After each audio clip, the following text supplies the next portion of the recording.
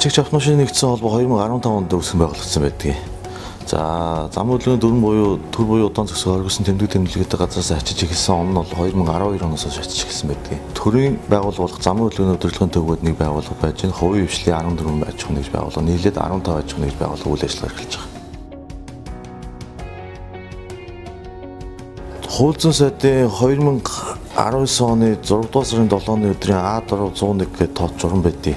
Тухайн журмаар энэ 15 аж ахуйн нэгж байгууллагуудын үүрэг нь Улаанбаатарын зам хөдөлгөөний ачааллыг бууруулах, гэмтрэгээс өршин сэргийлэх, зам тээврийн орслоос өршин сэргийлэх ийм нөхцөл ажлуудыг хийдэг.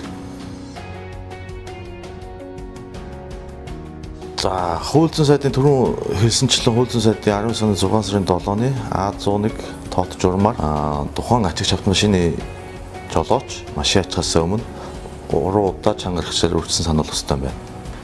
За, дахиад бас нэг иргэдэд давуу талтай шинэ заалт нь юу гэхээр атсныга дараа шилэн дээрх утасны дугаарлан мессеж хэлбэрээр аль тээврийн хэрэгсэл аль байгууллага атсан талаар холбогдох утасны дугаарыг хамт илгээж байгаа.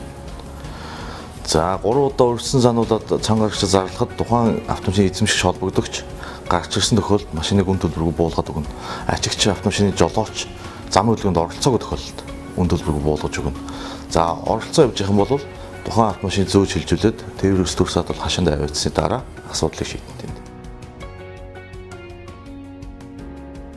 За, 3 удаа өрсөн сануулна гэдэг нь хугацаа загаагүй. Ямар ч сан 3 удаа дараалал зарлах юм байна. Зарлаж явах нөхцөл зарлаад тэр чинь дарсныга дараа бас нэг ачиг үйлдэл явууц гарна шүү дээ. Мэдээж хэрэг машина өргөн, бэхлэгээ юм оруулна, хийн, таталгаа хийн. За, энэ хугацааны ойролцоогоо 5 орчим метр хугацаа болдгий. Энэ хугацаанд эзэн холбогдогч жолооч гараад ирэх юм бол үн төлбөр буцаагаад болгоод өгчнө. Ийм л зохицуулалт. Нийслэлийн авто замын хөгжлийн газраас сонгон шалгаруулалт зарладаг. Жилд нэг удаа. За, дээрх сонгон шалгаруулалтаар тухайн автомашины тээврээс төр саатвал хашаа байр болон тухайн ачигч автомашины үйл ажиллагаа эрхлэгч аж ахуйн нэгж байгууллагуудад шалгалт хийж дүгнэлт гаргана. За, дүгнэлт гаргасны дараа тэнцэж байгаа аж ахуйн нэгжтэй гэрээ байгуулдаг. Одоо байгаа 15 аж ахуйн нэгж байгууллагуудыг дахиад нэмэгдэх боломжгүй. Яагаад гэвэл Улаанбаатар хотод нийслэлийн иргэдийн төлөөлөгчийн хурлын тогтоолоор 100 машин ажиллагаа заасан байдیں۔ Тийм болохоор 100 машин өнөөдрийн байдлаар болчихсон. За, 100 машин өнөөдрийн байдлаар тулсан учраас дахиад компани нэмэх боломжгүй юм байна. За, ямар шаардлагатай байдаг вэхээр BCE ангилалтай мэрэгсэн жолооч байх юм байна. Мэрэгсэн жолооч нь 3 жилээс дээш жил ажилласан байх шалгуурыг тавьдаг. Тээврээс төр садлах хашаанд байгаа харуулын ажилтан болон жолооч техникийн ажилчид шаардлага тавьдаг. За, бусад ажилчид бол шаардлага тавихгүй. Иргэд Улаанбаатар хотод өнөөдөр зогсоол олдохгүй шүү, олддог. За, жишээ нь хан гард ордон дээр очиход угаасаа хан гард ордны гадаа зогсоол байхгүй нь тодорхой тийм үү. Тэгэхэд би одоо яваад очиход магадгүй би өөрийнхөө машиныг засгийн газрын ордны хойдлын байрны донд оруулаад тавьчихдаг. Тэгээ би урагшаага 200 м, 300 м алхаа явж болдог. За, мөн яг тэрнтэй адилхан хороол ачаал ихтэй газрууд байна шүү дээ. Зогсоол олдохгүй шүү, олддог. Хорооллын 1000 нэр, 100000 нэрийн дэлгүүрүүдийн зам байрны хойдолд нь оруулаад тавьчих боломжтой. Зөвхөн иргэдийн минь буруутай үйл ажиллагаа юу гэхээр за би ороод удахгүй юм чинь гэсэн байр суурьтай машинаа орхиод явдаг. За, энэ нөхцөл байдлаас шалтгаалаад машин тэрэг ачигдж байна. Ачигдаад иргэдийн гаргаж байгаа гомдол юу гэхээр өртсөн сануулаагүй гэдэг хамгийн их гомдол байдаг. За, хууль зүйн сайдын журмаараа өртсөн сануулах зохицуулалт байхгүй. Өртсөн сануулахгүй.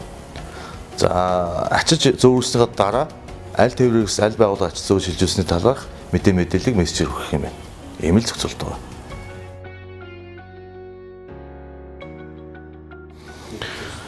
Хууль зүйн сайдын журмын сая 2019 оны 6 сарын 7-ны өдөр 15 онд анх нэг журам батлагдаж гараад тэр тухайн журмыг бид 5 жил дагаж мөрдөж ажилласан.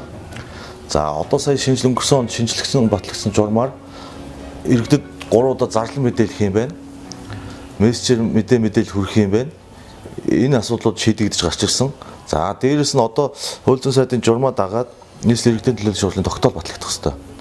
Тогтоолыг батлах гээд бид сая нийслэлийн иргэдийн төлөөллийн хурлд саналаа өгсөн. тухайн саналаар юу шийдэгдэж байна гэхээр ажилт бүрээс 10%-ийг нийслэлийн авто замын санд бүрдүүлэхээр ажиллаж байгаа. Ажилт гэдэг бүрээс гэдэг нь болохоор 60,000 төгрөгөөс 6,000 төгрөг болгоныг бид нийслэлийн авто замын санд бүрдүүлэх юм байна. За энэ зохицуултын хүрээнд бид сая нийслэлийн иргэдийн төлөөллийн хуралд зохих материалуудад болон саналуудаа хөрвүүлсэн байж байгаа. 2015 онд батлагдсан иргэдийн төлөөллийн шуурлагын тогтоолоор 60,000 төгрөгийг заагаад өгсөн байна. Дээрх 60,000 төгрөгөөс тухайн аж ахуй нэгжүүд 100% өөрсдөө авдаг. Аваад тэндээсээ дотроо төлж гин, баримтаа төлж гин, орлогын албан дотроо төлж гин, цалин үс за болон бусад 15 аж ахуй нэгжмийн өөрсдөө дандаа түрээсийн хашаанд ажилладаг. Тухайн хашаануудын түрээс өндөр байдаг. За энэ бүгдийг шингээгээд үзэхээр цаана нэг дунджаар 15 орчим хувийн ашиг гардаг.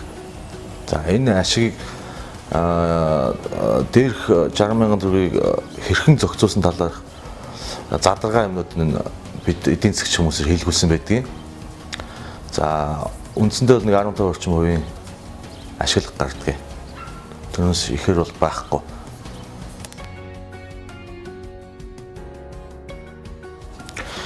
За яг одоогор бол тийм тоо баримт бол гаргаагүй байж байна. За энийг яг одоо бид гаргахын тулд бид сая вебсайт болон аппликейшнуудыг хийсэн байгаа. За энэ аппликейшн болон вебсайтуудаар яах юм бэ гэхээр нэгдүгээрт бүх тоо мэдээлэл судалгаанд гарах юм байна. Хоёрдугаарт хууль зүйн сайдын журмаараа цахимаар ачнаа гэж заасан байгаа. Тэр цахимаар ачна гэсэн заалтыг бид хэрэгжүүлэхийн тулд сая мобайл аппликейшн болон веб хуудаснууд гаргасан. За энэ ямар учиртай юм бэ гэхээр ачигчийн жолооч минь аппликейшнийг гаргацсандаа суулгаад замуудын дөрөв зөрчсөн автомашиныг ачигтаа урд тооноос нь зургийн дараад илгээх юм байна цахимаар.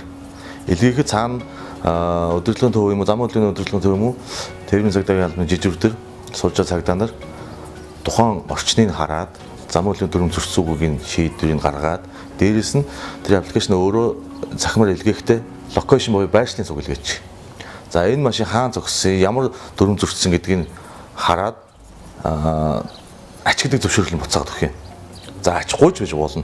Ачгүй бол ийм шалтгаан өгслөөр одоо энэ орчин тэмдэг юм тодорхойлогддог байна, батлагдахгүй байна, нотлогдохгүй байна гэдэг юм бол ачгүй гэдэг зөвшөөрлөний хүчин. За тэр нь нотлогдоод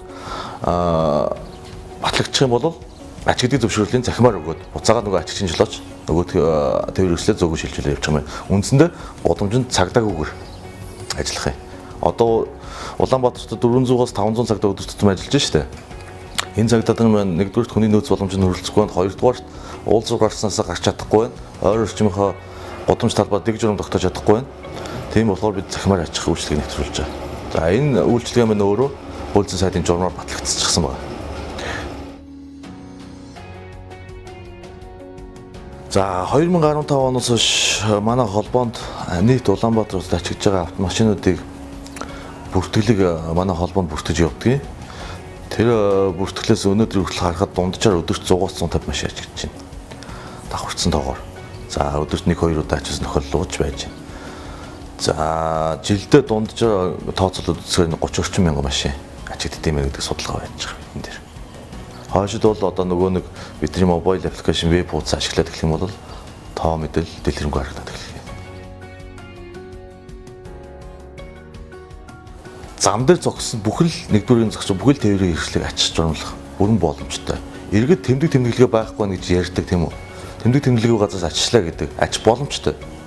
За тэмдэглэгээ гэдэг нь юу гэхээр магадгүй эндээс та машин тавьбал ачхыг өрсөн санаалаад анхааруулж байгаа л үл тэмдэглэгээ маань өөрөө.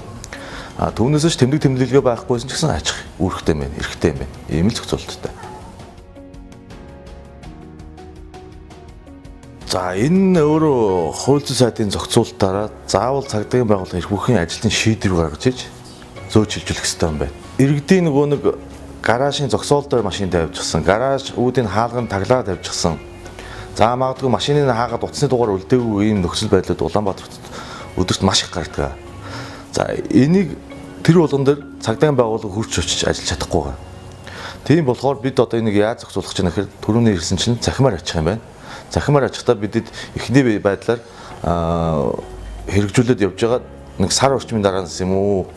За техник нөхцөл байдлаас шалтгаалаад бид иргэдэд нээлттэй болгоно энэ аппликейшнийг. Тэгэх юм бол дуран хэрэглэж бүртгүүлж ороод нөгөө аппликейшнаараа захимаар гомдол гаргаж болно. Мөн ялгаа авах ачигчин жолооч шиг дөрөв цуцсан гараж шүү таалган тагилсан машин дугаар үлдээгөө машин савыг хаагаад тавьчихсан юм машин байх юм бол иргэд өөрсдөө нээлттэй байгаа аппликейшнаар захимаар зургийг илгээгээд хариу тайлбарын минь замын зэгдээс захимаар өгч гэнэ шүү дээ. За ингээд иргэдэд нээлттэйгээр ачих боломж үүсэх юм байна. За манай аппликейшн болон вебсайтад бүх юмнууд техникийн нөхцөл байдлууд нь бүрэн шийдэгдээ бэлэн болчихсон. За тээврийн цагдаагийн албанаас цагдаагийн албаагч өгөөч гэдэг саналуудыг өгсөн байгаа. Одоо тээврийн цагдаагийн албанаас тухайн асуудлуудыг шийдээ цагдаагийн албаагч өгчих юм бол бид өнөөдөр маргааш ажиллаад бэлэн. Бүх техникийн нөхцөл байдлууд нь бүрдсэн байгаа.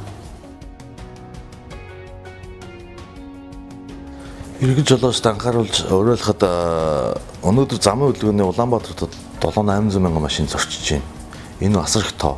За Улаанбаатарын зохион байгуулалт нь өөрөө нэг уулзраас нөгөө уулз хүрэхэд үндсэндээ 200-300 метрийн ойрхон зайтай байршилтай байдаг. За энэ уулзаас уулз руу хоорд дамжихад нэгдүгээр нэгний тээврийн хэрэгсэл явуучих юм бол тухайн автомашин тойрч гарах гад хөдөлгөөн саардаг. Дараагийн уулзт нөлөөлдөг, дараагийн уулзт нөлөөлдөг. Ингээд үндсэндээ бидний төгжрөл Улаанбаатарын төгжрөл гэдэг юм чи ерөөсөө энэс эхэлтэй. Тийм болохоор иргэд маань Улаанбаатарт зогсоол олдохгүй ш олдноо. Зухаан орох байгаа газрын үүдэн дээр биш. 200-300 метрийн цаана тавиад алхаас орчаач. Нэгдүгээр нэгнээ битгий тавиач. Бусдыгаа бодооч. Нэг хүний эрх ашигын төлөө бид ажиллаагүй нийтийн эрх ашигын төлөө ажиллаж байгаа. Тийм ээ. Энэ нийтийн эрх ашигын төлөө иргэд минь дор бүрэн ухамсар гаргаад машина зогсоол талбайд нь байршуулад зохих дүрмийн дагуу зам үйлний дүрмийн дагуу байвал бид тэгзээч тэр машиныг ачихгүй. За гараж талбайгаас нь юм уу тэр хүний хувийн хвшлээс очиж ачаагүй нийтийн эрх ашигын төлөө гэдэг юм л иргэд минь тунсан хомсгох хэрэгтэй.